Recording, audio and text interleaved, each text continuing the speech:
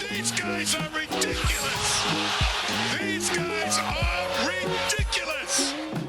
Now, how about them damn Celtics? Welcome back to another edition of How About Them Celtics Summer League Series. The Celtics lost their second Summer League game to the Washington Wizards on Sunday night. Got the days confused. Sam and I are recording this at Monday morning. Technically, it's 12:15 a.m. effectively Sunday night after the game. This is coming out 5 a.m. Monday morning because stuff happens. People have stuff to do. It's not right after. What are you gonna do about it? This is your daily video for the day. Enjoy it. We dropped a pod this morning. Now we get the daily video tomorrow. But Sam was not able to sit down and watch the full game because he was out. He had other plans, and so we decided it would be fun. Sam, before we hit the record button, looked at the box score and said, holy shit. Sam has not seen the box score, nor has he seen the game. So we decided he was going to react to it, and I was going to fill him in to see if the box score reflects how they played. Sam, what were you saying holy shit to? Would you like to enlighten JD us? Davison, 10 turnovers. Yes. Not the best night for JD Davison. No. Obviously didn't shoot well either. 4 points, 2 of 7 from the field, 0 of 3 from deep. 9 assists was fine, 3 steals was fine. They weren't like even like, oh, player missed the pass, oh, unlucky. They were just bad turnovers. Like, he was just sloppy, gave up the ball. It was not what you want to see, especially considering the Celtics just signed him to a two-way deal. But two-way is fine. We kind of expected that, but yeah, the 10 turnovers on the box score fully reflect just how bad of a game JD Davison had. I don't even know if I have a favorite player today. I think Azubuki looks like he had the best game.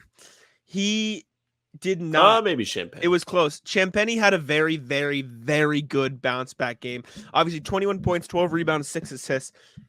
His rebounding was the story of the night. 7 offensive boards. Channing Frye was on the broadcast, and he said, literally every time I look up from the computer and every time I look, Justin Champagnie has a rebound. He was all over the glass. He was like that in the first game, but the shooting wasn't there. In this one, he was much more dialed back. Most of his shots came either on cuts or off of those offensive rebounds, so it didn't even look like he was forcing stuff up. He took, obviously, 5 threes, and he made 2 of them, so that's a solid night for him. But this was the game we wanted to see from Champagnie in the first one. He also had 6 assists, very well-rounded game, and a block. This was the game after the first game when Champagnie struggled against the oh gosh, who'd they play in the first game? The Heat. Yes, thank you. Everyone was like, oh, this guy's on a standard deal. Like, he should be the guy having a monster game where it's like, this guy shouldn't be in the summer league. He should be in the NBA. This was the game. This game showed why the Celtics have invested in him. Obviously, the shot's not going to be there every night, but he has been a great rebounder since college. I think he averaged 11 rebounds at Pitt. And he's great cutting. He's great getting those buckets on the offensive glass. Hustle guy. He was very impressive. He was the best player in this one. It was a good bounce back. Okay. And Azubuki, was he impressive today? Azubuki was very good. It's a little bit weird because I don't know exactly how many, and if I can go by quarter here, I can probably tell you. 8 of those 14. How many points did he have? 8 14. Of those 14 points were in the second quarter alone. He had a monster second quarter. He was just cleaning up the glass. He was playing solid defense. So that was a big quarter. He finished the game with 14 points, 10 rebounds, an assist and a block. He looked very good in this one. He looked like the best center. He was better than Balcherowski, who struggled a little bit. Obviously, you saw the highlight of him nailing that corner 3 off 1 foot. Yeah. But Balcherowski was a -10 tonight. 11 points, 4 rebounds, 2 assists. Udoka Azubuki looked like the better center in this one. Maybe it earned him more minutes, but he looked way too big for the Wizards in this one. Like, he was just down there. He's cleaning up the glass. He was getting easy putbacks. He was dunking over people. It looked like he wasn't trying. There's still, I feel like personally, a little concerns of, is he quick enough to get up and down the floor on the NBA level? Okay. Can he be in the right spot? There were a couple possessions where he was going to set a screen. It looked like he was fumbling out there a little bit, but this was a much better game than the first one for Udoka Azubuki, which is a good sign moving forward in the summer league. So I would say that the box score reflects how well he played. Yeah. All right. Jordan Walsh. Back to earth he goes. Yeah, Jordan Walsh, 12 points, 4 of 14 from the field, 1 of 6 from 3, 2 rebounds, 3 assists, 1 steal. Got injured on the first defensive play of the game. He got injured? Shaken up. Yeah, he went down with a little knee thing. He was holding it. Champagnie also went down with a knee thing. Both of them got up, shook it off. Jordan Walsh just looked a little bit more like eyes emoji, but he did end up playing, obviously, 27 minutes, so he was relatively fine. But yeah, not a good shooting night for Jordan Walsh. I will say, and Bobby Manning pointed this out on Twitter, at least 3 of his shots of those misses were last second shot clock. Like he was the guy taking those last second heaves. So you put a little asterisk of it, like 4 or 14 isn't great, but realistically it was probably more like 4 for 11 on real shots, which still isn't good, but it's not as terrible as what the stats reflect. The shot just wasn't falling for him in this one. The drives weren't great, but he was still playing the same hustle defense you saw from him against the Heat. He was very active on that end. There were a couple fouls where he got behind the ball on the drive and he fouled unnecessarily from behind. And those are the sporadic energy plays that you maybe want to say, okay, be a little bit more controlled. But the energy was still there from Jordan Walsh. And I mean, you can see the defensive potential, like just oozing with this guy. Like it was good. Yes. It sounds like he's out there playing hard. What you want out of your second round pick that you just signed to a 4-year contract at the very least. Yeah. Sounds like he's in control of what he can control, which is good. Mm-hmm. Next guy, Jay Scrubb. Saw a lot of people tweeting about him today that he was really gunning for a roster spot. This game, to me, at the end of the day, looks normal. Yeah, 15 points for Jay Scrubb, 2 rebounds, 1 assist. Finally got an assist on the board, which was a top of the key kick out to Michael Mulder.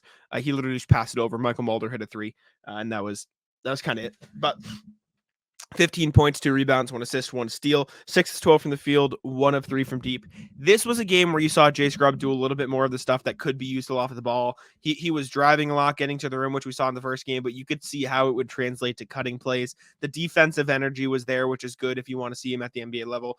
I question whether or not he gets a roster spot on another team. I wonder if a team that maybe isn't like looking to win and could give him a few more minutes, like in a scoring role, in more of like, okay, here, go score the ball a little bit. I wonder if like even the Wizards, right? Like a team like the Wizards or the Trailblazers say, okay, hey, Jay Scrubb, you want to come get a chance? Right.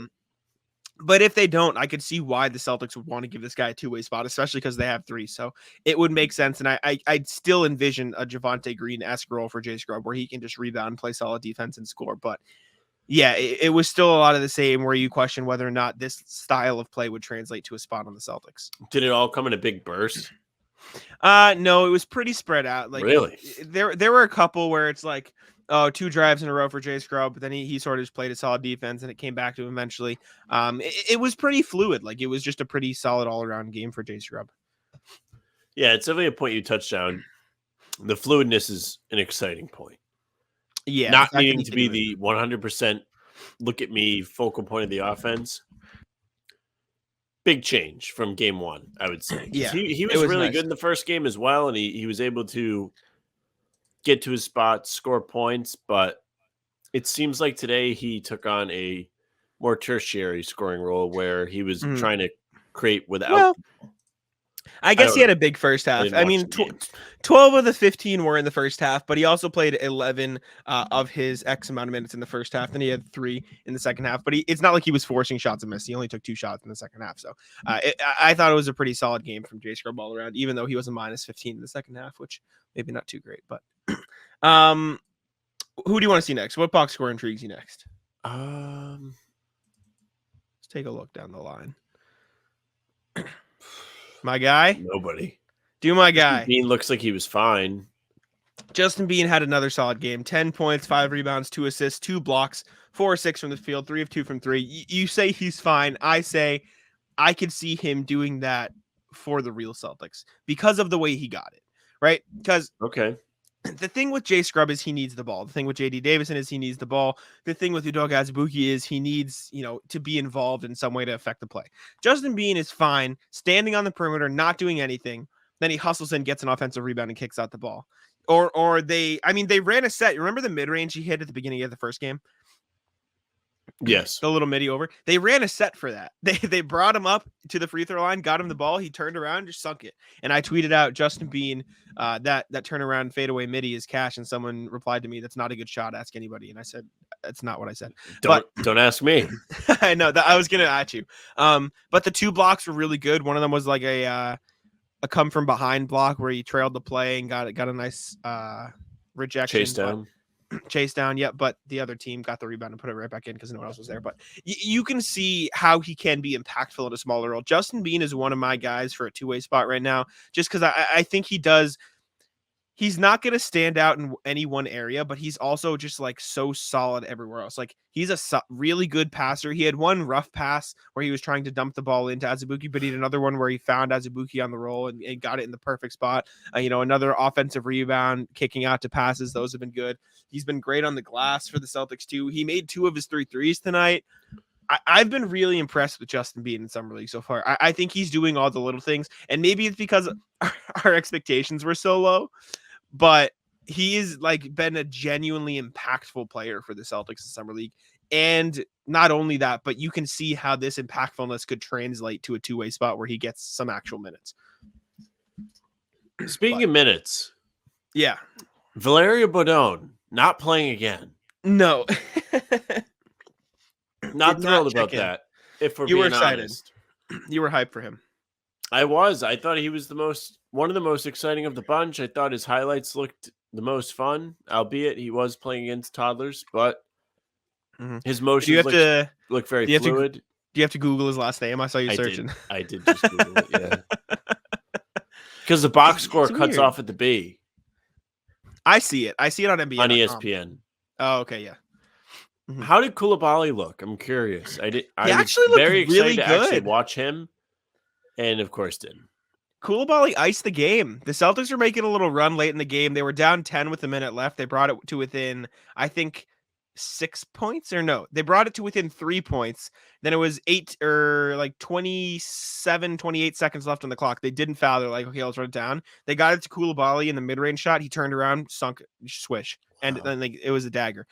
He only had 11 points, 5 rebounds, 1 assist, and a block. 5-11 from the field, 0-3 from deep. But he just looked, I don't want to say similar to Justin Bean, but only in the sense that like he did a little bit of everything for them. Like you can see the defense was solid. The scoring punch was a little bit better than I thought it would be from him. I thought he was a mainly defensive guy, but he was driving to the cup and looking pretty good. His shooting motion is a little awkward. It's kind of like not exactly like Halliburton, but he kind of like puts it to the side, like flicks it up there, like push shots it, which is a bit weird, but that was odd. Ryan Rollins looked really good for the Wizards. Johnny Davis was Tristan. It's kind of funny. Like I know all 5 of the guys in Washington Summer League starting 5. Yeah. Patrick Baldwin was good. He had a really nice run up transition 3. That was cool. Tristan Vucevic might have been the best player on the floor for them, though. He was nasty. He was playing solid defense, 14 points, 8 rebounds, a block, and a steal. He was making shots. He was getting in the paint. Channing Frye was like in love with Tristan Vucevic on the broadcast.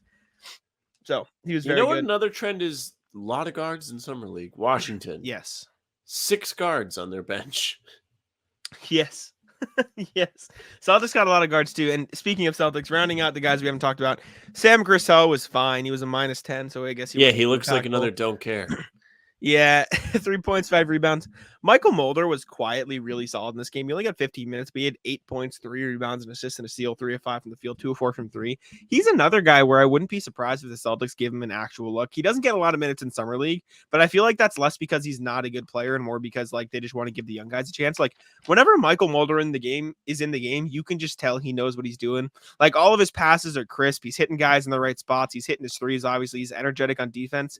It wouldn't surprise me if the Celtics just handed him a final roster spot and like had him for like the 4th string, 3rd string, whatever guard on the roster. Like he's a solid player and he hustles and he's an energetic guy.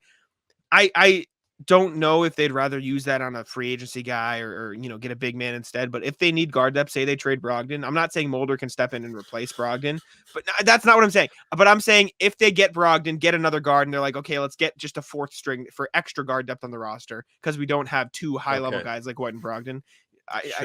You had to let me finish it. Like, I think he's solid enough to fill out like the 14th, 13th man on the Celtics roster.